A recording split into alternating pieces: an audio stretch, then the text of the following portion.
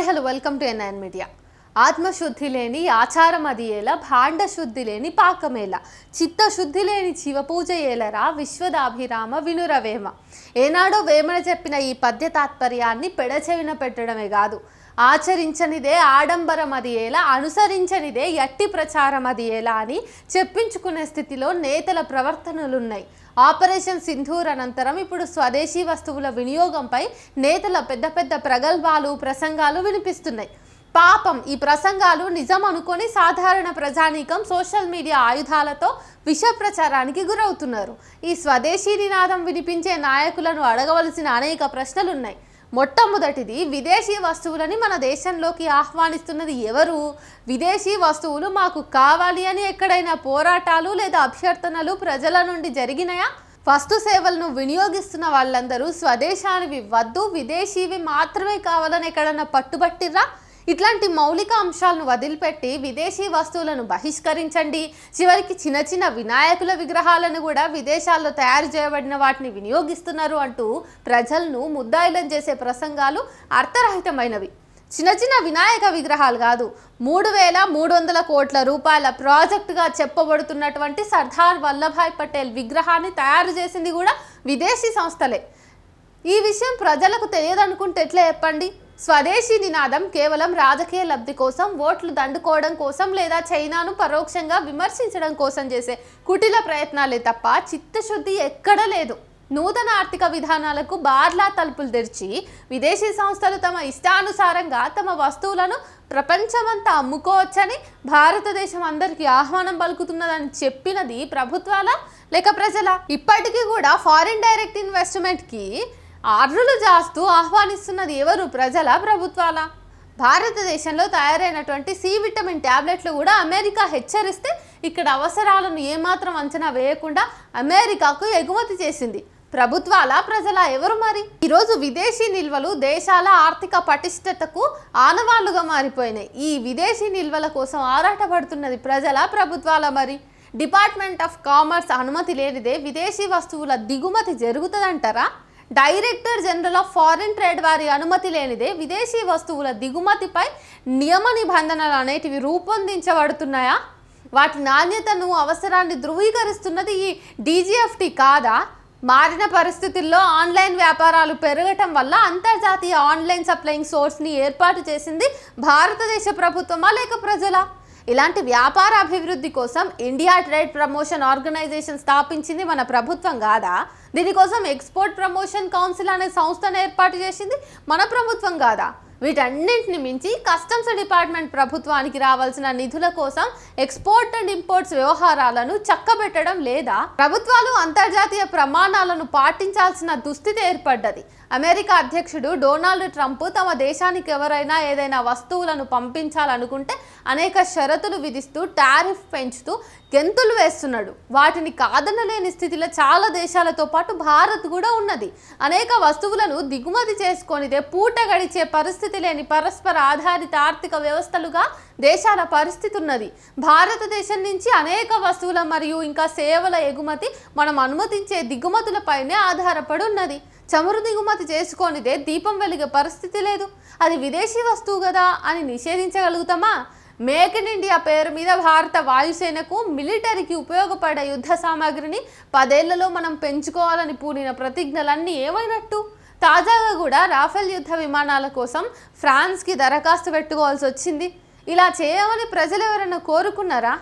పాల నుండి మొదలు బీఫ్ వరకు, గోధుమల నుండి మొదలు కాటన్ వరకు, పువ్వుల నుండి మొదలు చేపల వరకు అనేక ఆహార పదార్థాలను ఎగుమతి చేస్తున్నాం. అదే సమయంలో వ్యవసాయోత్పత్తుల నుండి మొదలు పెడితే కర్మాగారాలకు అవసరమయ్యే పారిశ్రామిక ఉత్పత్తులను దిగుమతి చేసుకోవాల్సిన పరిస్థితి కూడా మనకు ఉన్నది. సాంకేతికత పెరిగిన తర్వాత చేతి వృత్తులు దాదాపుగా కనుమరుగైపోయినాయనే చెప్పాలి. ప్రతి పనిముట్టు యాంత్రీకరణ ద్వారా తయారవుతుంది.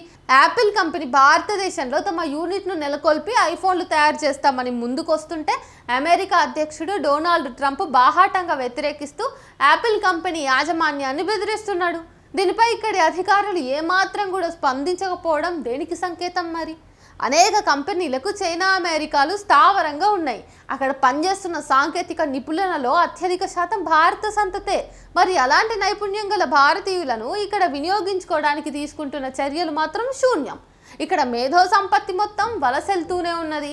విద్యా విధానాన్ని సరిదిద్దుకొని అంతర్జాతీయ విద్యా వ్యవస్థలను, విద్యా సంస్థలను ఏర్పాటు చేసి వృత్తి విద్యా కోర్సులను విపరీతంగా అమలుపరిచి సహజ సంపదను వినిమయ రూపంలోకి మార్చే ప్రయత్నాలు చేయనప్పుడు దేశ ప్రజలకు కావాల్సిన వస్తువులన్నీ ఈ దేశంలోనే తయారయ్యే అవకాశం ఎక్కడుంటుంది చెప్పండి. మరి ఇక విచిత్రం ఏంటంటే స్వదేశీ నినాదాన్ని సభావేదికల ద్వారా వినిపించే ఈ నాయకులు వినియోగించే కార్ల నుండి కళ్ళద్దాల వరకు విదేశాల్లో తయారైతే తప్ప దిక్కులేదు. స్వదేశీ నినాదం భారత ప్రజలను బాగా ఆకర్షిస్తుంది. దీనికి కారణం ఏంటంటే స్వాతంత్రోద్యమ సమయంలో పాటించిన ఈ స్వదేశీ నినాదం బాగా సఫలమైంది. అనేక సినిమాలు విదేశీ వస్తు బహిష్కరణ స్వాతంత్రోద్యమకారులు ఏ విధంగా పాటించారో చూపించి భావోద్వేగాలను తట్టిలేపారు. ఈ స్వదేశీ నినాదానికి సంబంధించిన చరిత్రను ఒక్కసారి మనం గమనిస్తే 1905 సంవత్సరంలోనే ఈ స్వదేశీ నినాదం బెంగాల్ విభజనకు వ్యతిరేకంగా ఉవ్వెత్తున ఎగిసిపడ్డది. ఆ తర్వాత బ్రిటిష్ అణచివేతకు, మొదటి ప్రపంచ యుద్ధ ప్రభావానికి అది సద్దుమణికింది. 1922లో మహాత్మా గాంధీ ఆధ్వర్యంలో రూపుదిద్దుకున్న సహాయ నిరాకరణ ఉద్యమంలో భాగంగా మళ్ళీ స్వదేశీ నినాదం బహుప్రాచుర్యంలోకి వచ్చి విదేశీ వస్తువులన్నింటినీ బహిష్కరించాలని పిలుపుకునే భారత ప్రజలందరూ పాటించారు. ముఖ్యంగా బ్రిటిష్ వారి నుండి దిగుమతయ్యే వస్త్రాలు, లిక్కరు, ఉప్పు వంటి వాటిని పూర్తిగా వ్యతిరేకించారు. ఉప్పు తయారీ కోసం ఉప్పు సత్యాగ్రహం అనే పెద్ద ఉద్యమాన్నే గాంధీజీ ఆధ్వర్యంలో చేపట్టాల్సి వచ్చింది.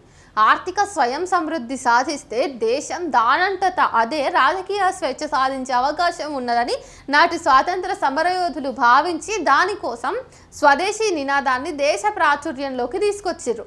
స్వదేశంలో అన్ని సమకూరాలంటే యువతకి ప్రత్యామ్నాయ ఉపాధి వృత్తి విద్యా కోర్సుల ద్వారా అందించాలని అప్పటి బ్రిటిష్ ప్రభుత్వాన్ని డిమాండ్ చేసిర్రు.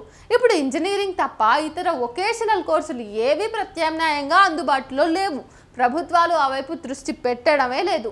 స్వాతంత్ర్యానంతరం కూడా స్వదేశీ నినాదాన్ని విడిచిపెట్టలేదు. జవహర్లాల్ నెహ్రూ ఆధ్వర్యంలో విదేశీ కంపెనీలన్నింటినీ విలీనం చేసి స్వదేశీ సంస్థలుగా ఏర్పాటు చేశారు. ఇనుము, ఉక్కు కర్మాగారాలు, చమురు శుద్ధి కర్మాగారాలు స్థాపించుకోకపోతే మనుగడ అసాధ్యమని భావించి బ్రిటన్, రష్యా, వెస్ట్ జర్మనీ వంటి దేశాల సహకారంతో మన దేశంలో స్థాపించారు. అందుకే ఇప్పుడు ఉక్కును ఎగుమతి చేసే దేశాల్లో భారత్ అగ్రగామిగా ఉన్నది.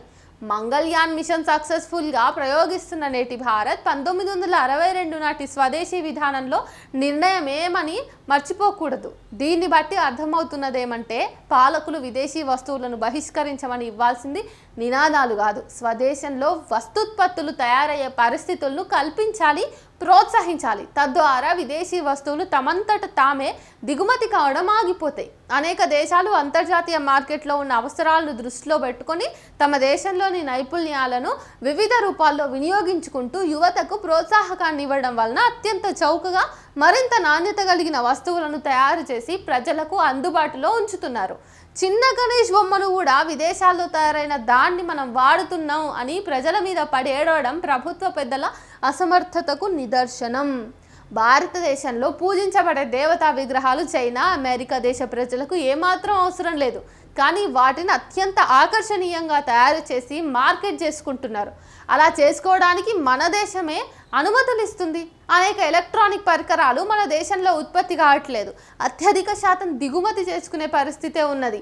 ఏది ఆకర్షణగా ఉంటే దాని వినియోగదారుడు కొనుక్కోవడానికి సిద్ధపడతాడు.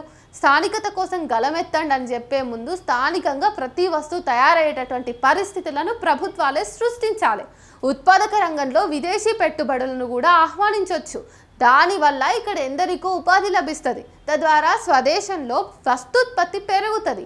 కానీ సేవా రంగంలో విదేశీ ప్రత్యక్ష పెట్టుబడులను, నైపుణ్యాన్ని వినియోగించడం వల్ల ఉపాధి ఏమి పెరగకపోగా భారతీయ పొదుపుపై విదేశీ పెట్టుబడి అజమాయిషి పెరిగిపోయి మరింత నష్టం ఏర్పడుతుంది. ఈ సూక్ష్మం తెలవకనేం కాదు, కానీ అంతర్జాతీయ పెట్టుబడి ఒత్తిళ్లకు తలొగ్గి వారికి దాసోహం అంటున్నారు. ఇది బయట వడనీయకుండా స్వదేశీ నినాదాన్ని అప్పుడప్పుడు వినిపించి ప్రజల మెదళ్లను విషపూరితం చేస్తూ తాము తప్పించుకుంటున్నారు. ఇది గర్హనీయం.